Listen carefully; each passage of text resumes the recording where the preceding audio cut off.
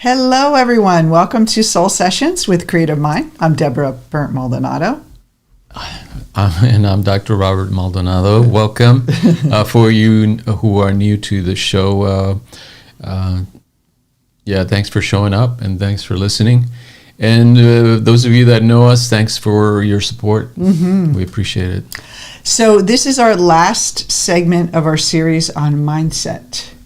And we talked a lot about cognitive biases, defenses, the ego, a little bit of shadow, the persona. And we thought we'd end it with this provocative topic called the myth of willpower. Because a lot of people I know in a lot of motivational coaching, it's all about you got to have that willpower. You got to believe you can do it. And we're going to kind of bust the myth on that. Yeah, I don't think we have to go very far for that because we all do it, right? Yeah. It's like the way we're taught that you must not have enough willpower if you're not, making your life a success. So if you can't lose weight, you don't get to the gym, you're not building your business, you can't find the right person, or don't work on your marriage, or any type of endeavor that you approach to change your life, there's this myth that you have to have a lot of willpower for it. Yeah. And so what is that about? What is that like? Why do we need, what's the philosophy behind that idea of motivation? It's really because anytime we make change, there's resistance. And we have to stretch out of our comfort zone. So it's that kind of like, we need a strong will to move through that resistance. That's the theory. Yeah, and it's based on the idea that we are individuals and that our actions are free, right? That we have an agency, a sense of ourselves, and then that we're able to act upon the world to make those changes that we want to make. But we know especially from Jung's work, that the persona does not really have a real independent will. It's simply acting out of conditioning, out of trying to fit into society. So it's a kind of a very narrow sliver of free will. I mean, you do have a few choices. Obviously, you either say you like chocolate or vanilla, or sometimes that isn't even true. It's just like even that, right? You don't choose that. It's you have this tendency or a preference that you can't force yourself to like chocolate if you like vanilla better. So under conditioning, we would say that you don't really have free will because you're acting out of what the cues of the environment are telling you you should act or you should respond in a certain way. And so someone would say, well, okay, I'm conditioned to be a certain way. I'm conditioned to stay in my comfort zone.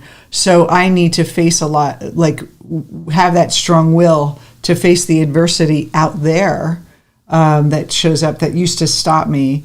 And I just have to plow through it. I got to bust through it. I got to, what do they call it? That like aggressive kind of masculine way of talking about reaching goals. It's you just got to grit through it. Go for it. Yeah. Take it. Just take it. And so this idea that it kind of gives this misperception that you have an agency of control on a conscious level, that as long as you're believing you can do it and you're going to go toward it and you're going to take the action, you're going to get a result, like that carrot or stick kind of conditioning.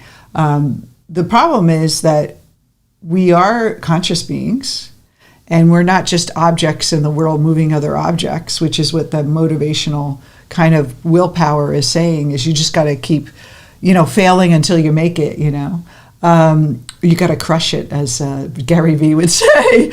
You don't have to crush anything. You have to understand how do things get created in the first place. So when we think of using willpower, if we don't understand how things are created, then we're going to use it and the myth of willpower is that as long as I keep taking action and not giving up, that I'm going to succeed. Yeah, Because, I mean, there's an element of that, but it's not the complete story. Right, it's not the complete story. That's a good way to put it. That in the beginning, let's say when we are over-identifying with our persona and our ego and of our conceptual limited mind, we do not have free will because the organism, the mind is geared towards fitting in, towards survival. And that's a very narrow sliver of what's possible for human beings. It's like we're reducing and limiting ourselves to this task of survival, of fitting in into society. And there's nothing wrong with that. We need to do that, but it's not the complete story. The complete story is that there is free will, but if you want to access free will, you have to do that internal work and ask yourself, who am I? Am I just this persona that needs to fit into society and survive, or is there something more? Well, when I first started as an entrepreneur, like I knew my thoughts create my life, but I still didn't understand on a deeper level that I was, you kind of understand intellectually that there's this consciousness and that you can move things. But we get caught up because of the world feels so real to us that we feel like we're fighting a battle with the external world. So when we think of willpower, I was like working a lot, and I was like, you know what, I'm a really good worker, and I'm trying everything, and I'm taking all the action, and I didn't have any problem with motivating myself. And so I was just like, why was I keep hitting a wall? And so willpower can't just be enough. I've experienced, and many of you could probably relate, is that you could really be like, I'm committed to this, but you keep hitting this wall and you wonder, what is it? What else do I need? I feel like I can't want it more. And for me, though, I think what you just said about who's the one acting, and I was acting out of fear. I have to make it. I'm afraid that, or putting all the power into money and success, that's going to give me some kind of security. So my will was directed to getting that security externally, and I was chasing myself because what I was putting out there was insecurity of I don't have enough, I'm not abundant, I'm not safe, I got to go out and make something happen out there. But the assumption was that it's out there, not in me. And so I was basically on a gerbil wheel, working really hard. I call it rearranging the furniture, just trying to make it seem like I'm busy, but I'm not getting the results I want. And we see this happen too with when we do a lot of love coaching. A lot of women would be like, I'm going on a date every week. I'm, doing all the right things. I'm getting my persona nice and pretty for the pictures and writing the profile, or I'm keeping my boundaries with people and being good at picking, but it's still not showing up. And it's like, you can want something really bad, but just wanting it bad and working hard for it isn't enough. Yeah. We wish it was. That would be easy, but we're not in that mechanical universe. We're in a conscious universe. So now we have to think about, well, if the external isn't going to give us the power, or the power is an external, where is it? Yeah. That question of, where is the locus of control? In psychology, there is this concept of the locus of control. So if the individual believes the locus of control is external to them, meaning I'm waiting for things to change, right? I'm waiting for the economy. I'm waiting for my boss. I'm waiting or that for result, my partner, or the result. Yeah, exactly. To show me that I am successful, or that I will be happy, or I'm worthy. Depending on external circumstances. That locus of control, right? We're projecting it out, where we're saying it's out there somewhere. The power is not within me. It's like a deficit kind of thinking. Like I have this negative, and I got to get out there to even it out. Yes, and so the internal locus of control is where you want to be, because then you start to get the sense of the true sense that you're creating it. You're the one that determines how you respond to the environment and what it means to you, and instead of depending on the external to verify your perception. So to clarify, we're talking that you really have to match the action with the mind versus just taking action and putting your attention toward the external or towards something that you want to attain. Yes, because you're kind of moving the power inward. Right. Well, because you're clarifying the true nature of the mind. In other words, if you believe the power is outside, but that's not true, you're in a kind of delusion. You're not seeing the right. You don't have the right perspective on things. You think the power is outside of me, and that's false. Because really, what everything teaches us is that the power is in the mind. The mind is the cause of how you experience your life. And so if you're working externally and focusing that will externally, you're simply kind of playing into a misperception, right? You're thinking, if I work hard enough, if I, like you were saying about somebody fixing up their persona to appear nice to the opposite sex so that they can find a partner, that's the wrong approach, essentially, because, again, you're buying into the false appearance of things. You know what this reminds me of, and this is probably relatable to a lot of people that are coaches or people that put themselves online or speak in public, is I remember when I first started public speaking, I was terrified. So I'm true testament that anyone can get over their fear of public speaking. And I still have a little bit, like you get a little like nervousness and stuff. But in the beginning, it was really hard. And I remember thinking that my energy was going out to the audience. It was like all my personal power was diffused and being placed in the people and their response. It was almost like I was putting my power out to the audience and trying to pull them back into me to listen and agree with what I'm saying or be inspired by what I'm saying. And it was this kind of very powerless place because you're putting yourself at the mercy of these people that are really want you to, entertain them and want you to inspire them. But you're coming from that assumption is I have to convince them that I know what I'm talking about. I have to convince them because it came from me when I first started. I didn't know how wise I was at the time, and or I doubted that in myself. And so that kind of shift. So if you think of it from a visual energy, you're putting it out there like those people, they're clapping or they're nodding gives me the power. And so I would notice someone who's like agitated or looking distracted, and I'd be like, pulled into them, like trying to pull them back. And it was a very, very helpless place to be. And of course, that's where I got nervous. But then I started to align myself with my power within, and I spoke what I needed to share. And then whatever happened out there was inconsequential because I was here doing what I was supposed to do. And I was coming, my power was directed inward and anchored in myself. And I think that's kind of a good visual or metaphor for how someone can approach this. Yeah. Is that your power is, that locus of control is within you. You're not out there trying to convince the world to participate or listen to you or it's like it's separate from you. It's like you are the world. You're putting yourself out there, and then what you see is actually what you're putting out versus trying to pull something back in. Does that make sense? Not really, but no, it kind of does. Yeah, so but when we're out in the world, like you said, we cut it up in pieces and we're trying to put it back together again and pull it back in, where we don't see that we are the world, like we're seeing ourselves. Yeah, because psychologically, so let's go inward into the mind. What is happening in the mind? So that sense of I, first of all, is a false construct.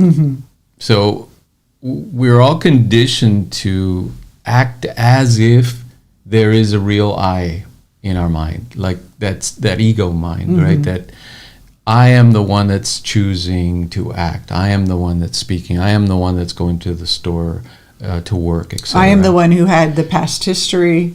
I am the person who experienced all these experiences, and that's why I'm the way I am now.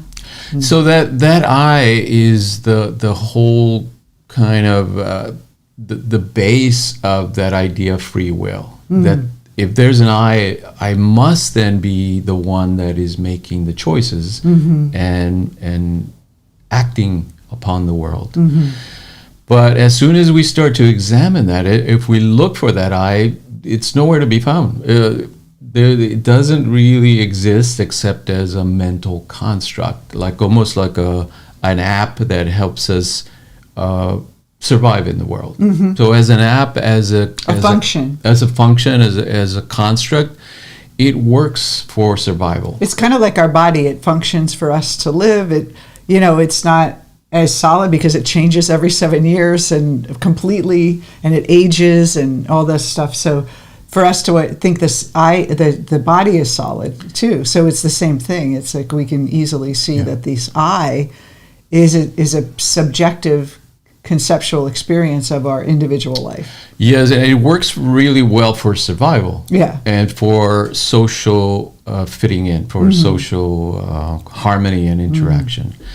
And so most people are kind of duped into believing, well, that then, because they never question it, there must be an I, because everybody's just assuming there is one, and I'm going along with the program, and if everyone kind of acts as if there's an I, there must be an I. But as soon as you start to question and do that internal work, right, that self-inquiry, you find that no, there's no real I to kind of grab onto. It's like Jung, it was hard to understand when I first heard this concept in Buddhism, when they talk about the I, and then Eastern philosophy, Vedanta. But when I started understanding it from the Jungian perspective of the persona, that made all the sense in the world, because our persona is something, it's a mask that we put up to interact with the world, but we create it. And we have a different persona for when we're at work, and we have a different persona in a romantic relationship, and we have a different persona when we're a parent. And so already you see that this I is flexible and not as solid as we think it is, even though there's aspects that are consistent. But it's like, so if that's flexible, then everything must be flexible. So we can look at it from just a practical standpoint and say, yeah, so am I the person at work that's the corporate person that everyone believes? Or am I the little sister to my brother and my family? Or am I the parent to my kid? And then who am I? And then that, just kind of questioning the concept of who is this identity that's actually trying to make something happen in the world. What is it? I know we're really getting deep here. And I want to talk about willpower. So how does that affect? Yeah, so in regards to the will, then, if there is no individual self, like that self-concept, that I, or what is in psychology called the ego, the I, the sense of I. The I maker. It is an apparent reality, an apparent kind of way of existing. It's functional, it works for survival, but it doesn't take us to the higher level of existence, which is really the key to what Jung called the individuation. So he says individuation, the integration of your awareness as a conscious social being and biological being with the unconscious mind, with the power of the psyche, the reality, in other words, the absolute reality. And people think of the unconscious mind, just to clarify, this isn't your belief systems or personal unconscious. This is the deeper spiritual aspect of who you are.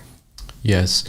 That you're not conscious of. That integration, that self-inquiry and kind of getting to who am I, if there is no I, what is the absolute reality behind that?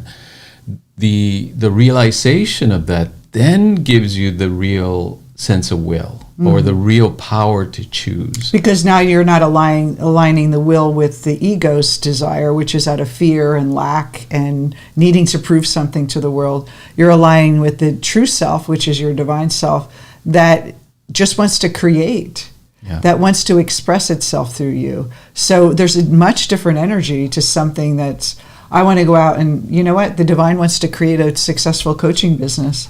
Okay, but the ego is saying, I need to create a successful coaching business because then my friends won't look bad at me. I'll impress my colleagues. I'll have money in the bank and I won't go broke. You know, all those things that the ego creates from that's where we lose sight, and we get lost in the dream. And when we realize that the divine in us and we're aligned with that, then we use the will to align with that, like toward ourselves, toward just aligning. And then what we create is from pure creation. And it's actually a lot more powerful than your little ego trying to scramble around the world, trying to piece things together. Mm-hmm. Because what you're ended up doing is, if you come from the ego, is that you to see your fears. So you can work really hard, and if your ego's afraid and feeling lack and feeling disconnected from everything and feeling like it needs to grasp onto like a life raft, that's what life is going to feel like for that person. They're going to feel as though they're working really hard, they're exhausted, and it's something out there better shape up to save me. A partner, money, maybe the right dress size or the jean size. You know, when I weigh good on that scale and it's this number, then I can feel good about myself. All those external things. And then we end up just living our life like chasing this mirage. Yeah, and here's the tricky part, that you cannot use the external, let's say, definition of success to determine whether a person is self-realized or not. Yes. Because you can be conditioned to succeed and to have money and to have business success. And there are scoundrels out there that they can do, you know, their tricks to make a lot of money, you know. Yeah, if you're conditioned to succeed, you will succeed. You will create abundance for yourself in the material world. But it's not real freedom because it's still coming out of conditioning. Yeah. In other words, you're compelled to act that way by your past experiences. What we're talking about, free will, is really the ability to choose your life from a conscious perspective, and that requires the transcendence of the ego. Now, I could attest to this. I know so many people. I mean, I was in the corporate world for decades, and there's this assumption, like you can be really successful in the corporate world or even as an entrepreneur, and they're working themselves to death. They have that success, but the price is this. It may become easy for them, but they have this feeling of the reason I have success is because I work my butt off, and I work at 7 days a week. And or I have to, sacrifice my family. One woman I worked with at VH1, she was really successful. She was the vice president, and her daughter didn't even know her because her daughter was raised by nannies. And she said, "Now I wasted all that life." Like, she was successful and admired, but then she's like, "There's another part of my life I didn't have," and that's from conditioning. That's just, and I think, don't you think culturally we are, especially in the West, we're conditioned to, and maybe in the U.S. more than overseas, because in Europe people are more relaxed. But here, it's so much about work, get on that treadmill and get only 2 weeks vacation a year, and that's the only time you can really enjoy your life. And I don't know. I just feel like you're right, redefining success for yourself, and knowing that it doesn't have to be so hard. Like, you don't have to struggle in the world to have it. It can be much easier than it appears to be. Easy for you to say. Yeah. Easier than what I'm speaking right now.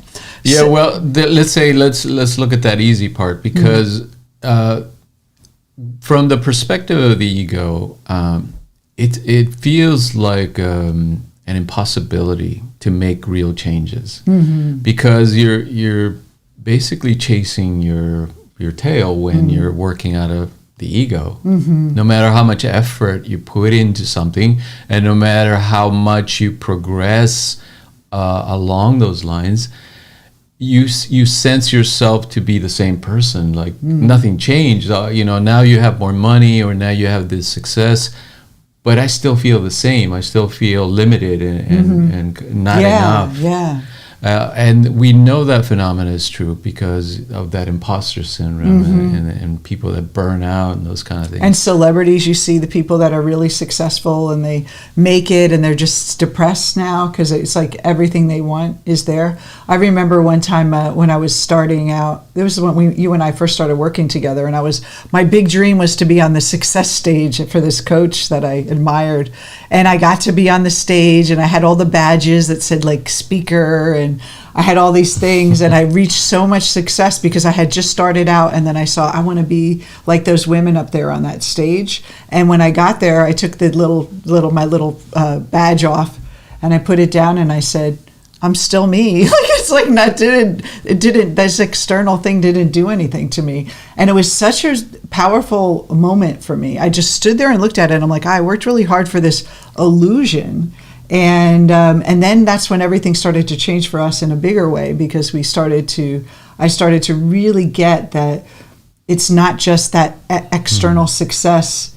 It's never going to give you anything back. It's a spiritual success. And you often talk too about, with our coaches, a lot of times you say, well, what are your spiritual goals?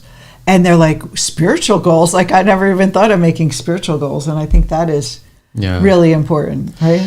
Yeah, so that limitation is from the ego perspective. Now, from the higher self perspective, meaning from the integrated perspective, the actions that you're taking are not the effort of your false self, that individual I self, and so things are very easy because you're more like a surfer riding a wave. Yes, the energy is not coming from your individual willpower or that effort that you're making as the I. It's coming from the universe, from the collective. Like you're supported. Yeah, you're like floating. And another caveat here is that it doesn't mean that there aren't going to be difficulties or challenges. When we say easy, there's going to be challenges, but if you have the right perspective, you're going to approach those challenges much different than if you approached it from the ego perspective. The ego is like you're battling the challenges. Yes. And with the higher self, you're actually using the challenges to grow and to evolve and to create and use it as creative energy. Yeah, that's what, in some spiritual practices you hear this idea of the will of God, the divine will, or the universal collective will. What Jung would say is the collective unconscious. It is a true source of power, and it is the true source of movement. Even social human culture is moved by this foundational power. And when you perceive it, then when you understand it through that introspection, that self-analysis, and asking, who am I? If I'm not beholden to this I, this persona, this ego that I've felt myself to be all along, then where is the action coming from? Like what is the motivation for me to act? And that motivation is what's called higher purpose. It is the purpose of self-realization. In other words, human life, its primary purpose is to realize that it is the universal consciousness. It is the universal mind acting in human form. And so these little things that we do, like find love, make money, are kind of like a fool's errand to get us to that realization. So they're set up for us the ego's set up for us for those desires. So then when we realize, okay, this isn't working, we're seeking. It drives us to seek inward. And I remember like times in my life where I felt like everything out there wasn't cooperating. I had to turn inward. It was the only place to go. And that's really where all the source of it is. And you often said, when I first met you, were like, well, it's a self-acting. The ego doesn't act. The ego just takes credit. And I had a hard time understanding that. But this conversation, is a way to explain it, is that the self is always acting. It's always moving toward more life. But the ego is perceiving it as something's wrong. Like it's the ego's kind of, first of all, taking credit and also taking blame for things that are going wrong and misperceiving what's happening versus seeing that these barriers that you're experiencing are actually the way to growth. And so that will is basically using your will, like we say, toward yourself, toward inward, to hold that higher purpose. That's where your mind should be, not getting those things as much as realizing the self. And in many spiritual traditions, I worked with people with many different spiritual traditions in the Middle East and, all over Christians. And they all say this idea of giving it power over to God. Like, I'm going to dedicate my action to God. Krishna talks about that in the Gita. You dedicate your actions to me. And so that is a really great, a simple tool that we can use is we're not giving up the power to something external. We're giving up our ego misperceptions to our higher knowledge, our higher self. Mm-hmm. Yeah, it's a letting go, and like a lower desire for a higher desire. Like the lower desire is this: please feed me, please love me, please make me feel worthy, and the higher desire is let me express myself fully through you. Yeah. All the spiritual teachings affirm this, that you never actually lose your spirit or your soul or the higher self, because you can't be anything but that. It's simply that it's covered over by the illusion that you are an individual I, right? That illusion comes from that sensory perception of the world, that the way we experience the world makes it appear as if we are acting as individuals. It's like a dream. When we're in a dream, we have the appearance that we're having these experiences, and then we wake up. It's the same thing with our waking life. It's dreamlike. It has the appearance of real solid things happening, real conversations, real things, but ultimately it's... Yeah, so there's nothing wrong with the ego. It's simply that when we over-identify with it, that's when we fall into limitation and lack and frustration. Suffering. Yeah, it is the nature of suffering, essentially. That's where suffering comes from, the way we experience it as human beings. It is that we're over-identifying with the ego, with the persona, with the I. So a lot of people will ask, why do we have an ego? What purpose does it serve if it just causes suffering? Why would we have this concept of ego? Yeah. Well, first of all, it doesn't just cause suffering. I know.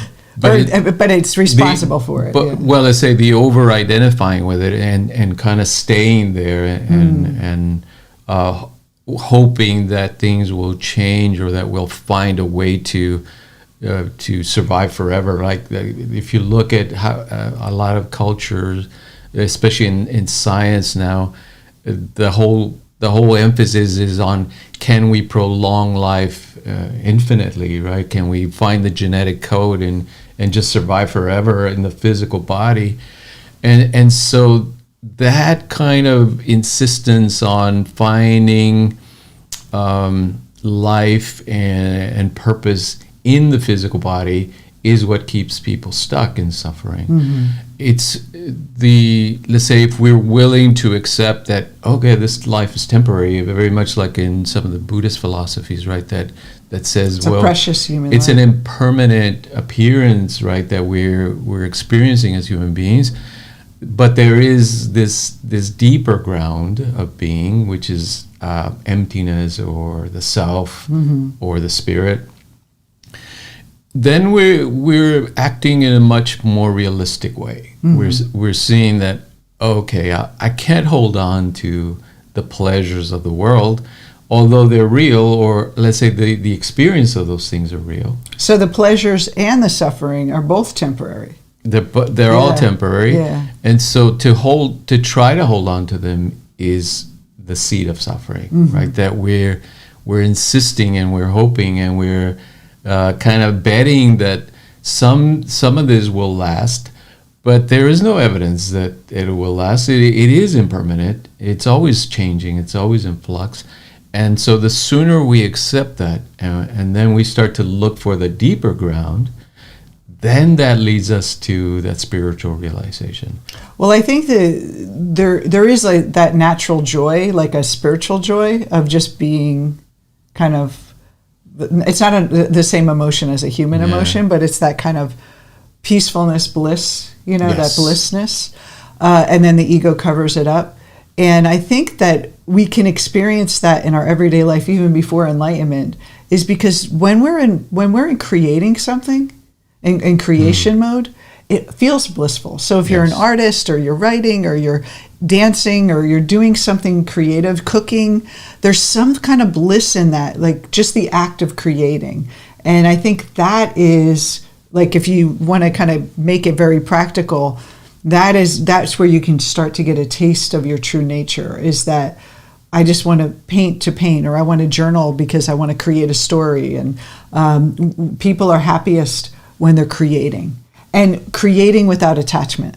It's that creating without any purpose. Like, I'm just going to draw like a, the Buddhist monks, they do the mandala with the little sand, and they spend hours and hours, and then they shove it away like it's impermanent.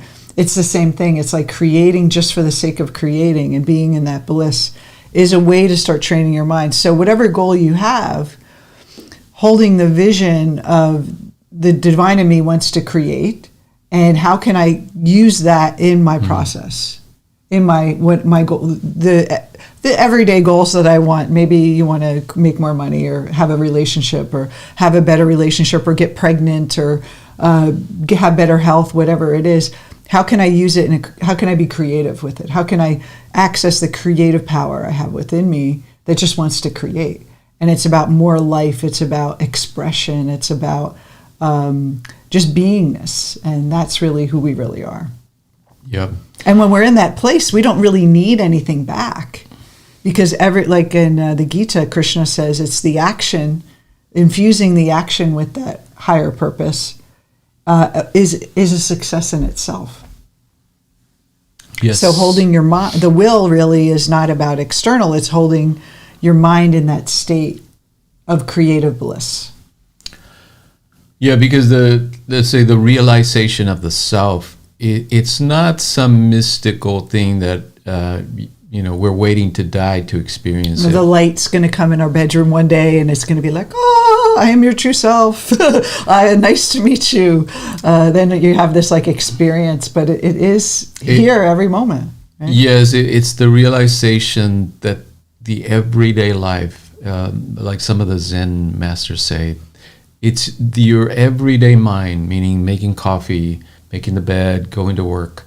Your everyday experience, that is the divine. You're observing the divine consciousness expressed in human form, in human life, in the everyday experiences of your life. And how you know this too is because I think people do this with personal development too, is I hear this all the time for years and years and years. I'm tired of working on myself. And they're approaching spiritual development with the same way they try to create everything else, is if I work really hard and I get rid of all my stuff, my baggage, then I can have a life, instead of enjoying the process of self-discovery. So it's the same thing as like, how do we have just joy in what we're doing, like in creating and self-discovery, instead of thinking like anything that you want, I'm going to suffer to get the reward. That's the ego's way of thinking. And I have to suffer and sacrifice, and then I'll get the reward at the end.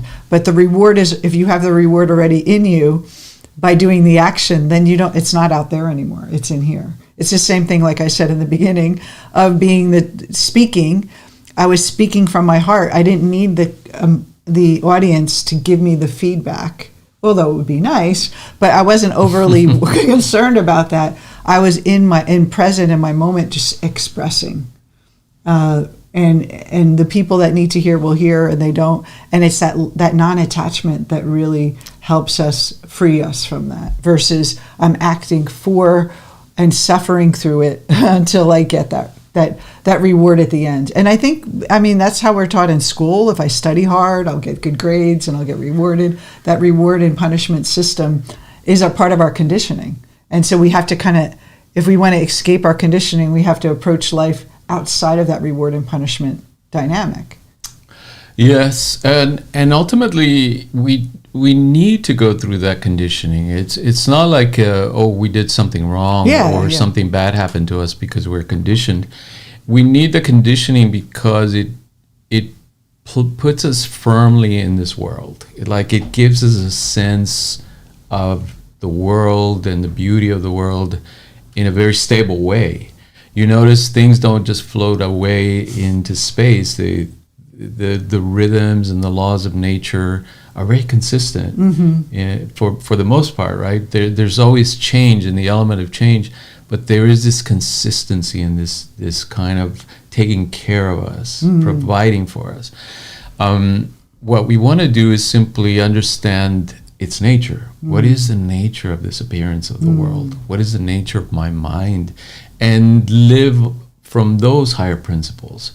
This is called subtle knowledge because it's not apparent. It doesn't come to us through our senses. We can't read about it or even listen about it. You have to really experience it. It comes from the inside. You have to take that internal journey of asking, what am I experiencing? Is it true? Is it real? And then you start to discover that subtle knowledge for yourself. You start to have a direct experience of it. In other words, it's not something that you have to believe in. That's why when they asked Jung, do you believe in God or the Spirit? He says, I don't have to believe. I know. I've experienced it directly. And actually, that's really important because once you get to that place of knowing and the fear goes away, you start to really be a powerful creator in the world because you start to know that what I'm putting out there and what I'm creating, and it's the powers in me, it's not in random chance. And also, someone asked the other a while ago, like, what if the universe wants something different? I'm like, well, you are the universe. So you get to realize that you are the creator of your life. You're conscious. You can consciously create your own destiny. There's the laws of patterns and the past go away. Like, there's some people, that follow, their path of life, and these things are going to happen to me, and you can break free of all that through individuation and through understanding this higher knowledge. So that's really where the real freedom is, and ultimately what we're trying to get to is free will versus willpower. Free will. Yes, free will is our true nature. Like you were saying, we're happiest when we're exerting that power to create. But that power comes through that internal searching, right? The looking inward. I love this conversation today. It kind of wrapped up the mindset. There is one question. What practice brought you to this realization? Rob? Lots of meditation. Well, reading Vedanta, reading the for me, Vedas. It started with reading the Gita, and around the same time I started reading Jung. So for me, it started very early. And I did go through a phase where I lost the track, or I felt that I lost it. Right, and then you met me, and I brought you back. Yeah, you get involved in creating that persona. You have to. It's like you have to survive in the world and go out there and kind of get lost in the action, and then gradually, right, it starts to reaffirm itself. It's almost like it finds you again. Yeah, it lets you go off on your own, and then it pulls you back in. It's okay. Now that you played in the world, it's time to remember who you are. So it's that journey that we all take. Yeah. What about you? For me, it's the same thing. I mean, I read The Science of Getting Rich. That's Wallace Wattles, and he says use your will toward yourself. And that book is actually based on Vedanta. He says it's Hindu philosophy. Back then it's kind of archaic. For most people, it's a little old-fashioned. It was written 100 years ago, but I remember thinking that like the higher desire versus a lower desire, and I thought, well, the higher desire is to create. Like life wants to create, wants to expand. So if I'm that consciousness, then why wouldn't I want to expand? And the only thing that's getting in the way is the lower knowledge is that I don't think I have the power. So you have the fear, and then what you believe, where you identify is what you experience in the world. So as you identify with this higher knowledge, this higher self. which is always there, just kind of hiding behind the thoughts and the busyness of life. And then the question is, why do we have an ego in the first place? Yeah, we do need to build it up. But I also think that there's something really special about being both the ego and the higher self in the world, like having that dual experience. Because without the ego, you can't see the duality. You can't see the dance of life. If you're just thinking you're one with everything, it really isn't that challenging. It's just bliss. And so the movement of the world and to balance those. And in the Upanishads, they say in the great tree of life, there are two birds sitting in the tree. One bird sits and eats the bitter and sweet fruits of life. That's the ego. And then the one other watches in non-attachment, and that's the higher self. And so there's this, both are the higher self in a way, but it kind of gives that perspective. There's like an aspect of yourself is going to feel sad when someone you love dies, and you have like excitement when you reach a goal that you never thought you could, and love, falling in love, all those things that we want to have those experience of, and also remember the higher knowledge as well. So we can have both. We don't need to reject the ego or reject our humanity, and even reject our past and our mistakes. And times it's not about perfection and being this like idealized person that doesn't make any mistakes and is never angry and is in perfect bliss all the time. It's about being messy, okay with our messiness, but also remembering who we really are. Yeah, beautiful. What do you think? Good? All right. Well, we have a treat for you for our next series starting next week. We're going to do a series on relationships. Not only romantic relationships, which we did a lot on, we're going to talk about all relationships. We're going to talk about parenting, work relationships. We all have, if you're in a business, the relationships that you have to deal with in business. We're going to talk about your relationship with your parents as an adult, siblings, intergenerational relationships. So lots of fun topics subject around that relationship topic. Yeah, because it plays into attachment theory, into object relations theory, which is a not a well-known psychology, but it grew out of psychoanalysis, Freud's work, that the way we relate to each other is kind of based on projection, right? Where we internalize our parents and then see the world from that template that our relationship with them gives us. And also the family systems where the siblings and this, we talked about it in one of our previous calls, but we'll revisit that again as well. And then how do we change our friendships? A lot of people that go through individuation, they see a lot of friends fall away, relationships that they thought were solid, where they don't work anymore. And so how do we grow, and how do we deal with those relationships from our past ego? And as we're evolving, and how do we form new partnerships, and the importance of having a community and those kind of things too. So having relationships with people that really get you.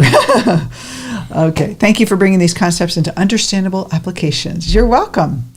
Yes, this is I really enjoyed this. So thank you, Rob, for You're welcome. All your wisdom that you shared. And thank you so much for joining us, everyone. We'll see you next Friday for our next series. We're going to kick off on relationships. So we'll see you. Join our Facebook group. Make sure you subscribe to our channel here on YouTube. We do post bonus videos here a lot, so make sure you're on that. And we'd love to see you around in our community and say hello. Thanks for watching. So take care, everyone.